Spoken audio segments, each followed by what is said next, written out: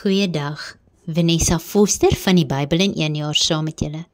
Vandag lees ons saam uit Matteus 21, verse 1 tot 11. Die gebeure wat in hierdie hoofstuk beskryf word, fokus op die Here Jesus se intrede in Jerusalem as die allerhoogste koning en is ook die vervulling van 'n Ou Testamentiese profesie. Jesus en sy disippels het byna 'n lang reis van die streek Galilea in die noorde na Jerusalem voltooi. Hulle het nou die laaste stuk van Jerigo na die dorpie Betfage op die Olyfberg, naby die poorte van Jerusalem afgelê.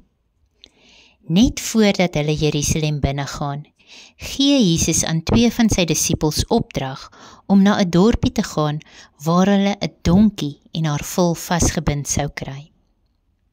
Vers 5 lees: Sê vir die dogter van Sion, kyk, jou koning kom na jou toe, sagmoedig, en hy sit op 'n esel. Ja, 'n jong esel, die vul van 'n pakdier.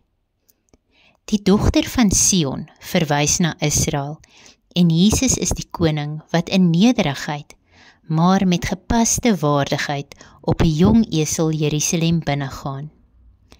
Hierdie daad was nie net om die profesie van Sagaria 9 vers 9 te vervul nie, maar dit demonstreer ook Jesus se karakter aan die mensdom. Alhoewel baie verwag het dat die Messias 'n oorlogsheld sal wees, was dit nie Jesus se missie nie. Sien, 'n perd is 'n ideale dier vir 'n oorwinnende kryger, maar Jesus kom Jerusalem op 'n pakdier binne. Dit simboliseer nie net nederigheid nie, maar ook selfopoffering.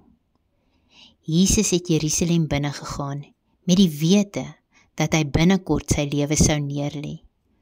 Maar ons kan met sekerheid weet dat wanneer Jesus met sy tweede koms verskyn, sal dit met groot mag en oordeel wees. Openbaring 19, verse 11 tot 16.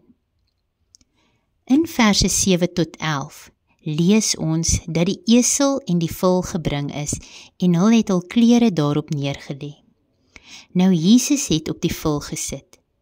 Markus 11 vers 2 sê, 'n jong donkie waarop niemand nog ooit gery het nie. Nou Jesus ry op die jong donkie, omdat hy vrede bring tussen God en die mens. Soos wat Jesus na die poorte toe ry, sluit 'n groot skare by hul aan. Hul plaas hul bo kledingstukke en takke op die pad voor hom, as 'n simbool van onderdanigheid. Jerusalem is in beroering. Hulle skreeu woorde uit Psalm 118 uit, Hosanna vir die seun van Dawid, geseënd is hy wat kom in die naam van die Here.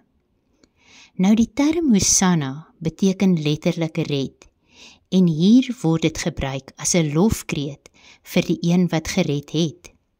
Hulle noem Jesus die seun van Dawid, wat 'n benaming is vir die beloofde Messias.